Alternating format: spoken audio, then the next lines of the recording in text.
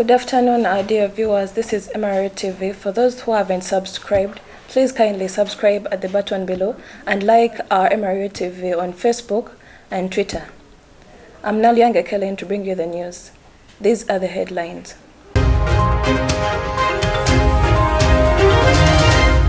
Who sees Ebola risk as very high for Guinea's neighbors? South Africa, China sees fake coronavirus.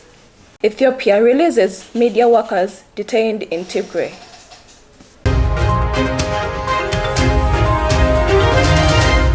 In Guinea, the World Health Organization officials said the readiness assignment for Guinea's neighbors showed gaps in their preparedness for Ebola outbreak.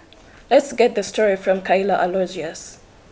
World Health Organization officials said on Friday the risk of an Ebola outbreak spreading from Guinea to its neighbors was very high and that some neighboring countries were not prepared for the outbreaks or for the future vaccination campaigns. World Health Organization's Guinea representative George Alfred Keizilabo told a virtual briefing that 18 cases had been identified and 4 of those people had died. So far, 1,604 people have been vaccinated against Ebola in the new outbreak in Guinea. Ebola virus causes severe vomiting and diarrhea and is spread through contact with the body fluids. Officials said a readiness assessment for Guinea's neighbors, Senegal, Guinea-Bissau, Mali,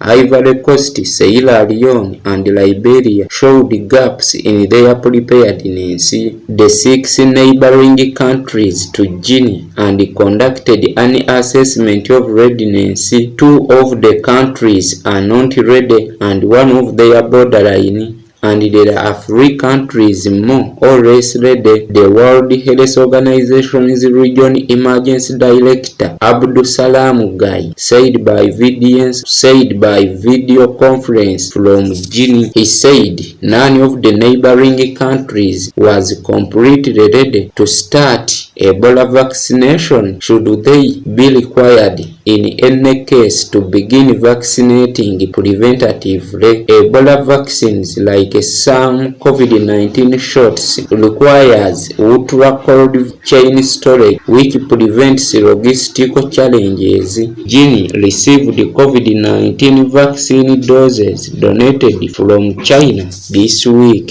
Kula MRU TV, Kaila Aloysius. In South Africa, the International Police Agency says 400 vials containing fake vaccine found in a warehouse outside Johannesburg in South Africa. Let's get the story from Kalibala Timothy.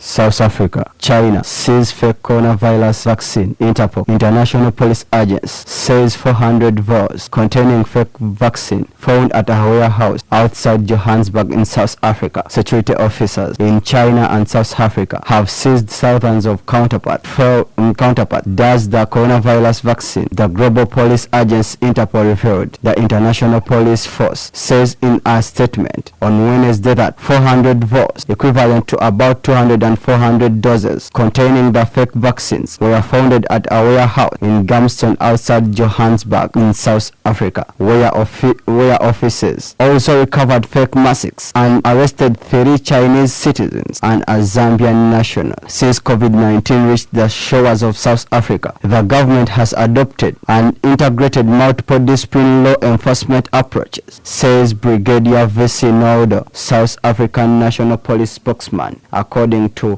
Interpol statement. This, together without association with counterparts from the Interpol members of country, is proving to be very effective, as we have seen in the arrest of the foreign national attempting to spread fake vaccine and suspending people within South Africa. In China, police successfully identified a network selling counterfeit COVID-19 vaccine in an investigation supported by the Interpol, which has 194 members countries, as it said. It raided the manufacturing premises, resulting into the arrest of some suspects and seized more than fake vaccines on the scene, as it said. Kaiba Timothy, MRU TV. In Ethiopia, The 4 media workers that were arrested in the conflict that hit the northern region of Tigray have been released. Let's get the story from Naliange Kellen. Fitsam Bahane and Alula Akalu, translators working for AFP News Agency and Financial Times respectively, BBC journalist Jilmay Jebru and Temrat Yamani, a local journalist, have been arrested over the weekend and earlier this week. On Wednesday, Abebe Jibrihowat Yendego, deputy of the Tigray's interim administration, told Reuters news agency all journalists and translators have been released without charges, yet when they arrested Fitsam Bahane, the soldiers entered his home and accused him of supporting the Tigray People's Liberation Front, which was accused of attacking federal army camps. And when they were being released, the police did not say anything as to why they were releasing them, but they just decided to let them free. You're tuned to MRU TV Poko Poko News. Let's get a commercial break. A glance at the Emergency Empowerment. When you take a sport or either take a deep look at the way the Emergency Department is devoted to the practice.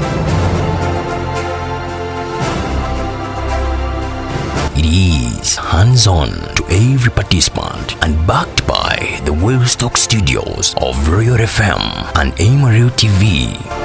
The department has fed the global practice with outstanding personnel backed by professionals in the practice, and it is seen from the products of the different students. Take a glance at every sector. The Royal FM has all the required machines and personnel to release a well-backed student. The Amarillo TV now has some of the most competitive programs in the media world. It is Mutesa One Royal University Journalism Department.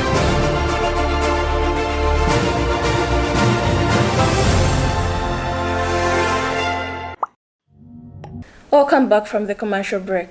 The Mexican President Andrés Manuel López Obrador is expected to ask Biden to share the U.S. vaccine supply with Mexico. Let's get the story from Senyondo Paul.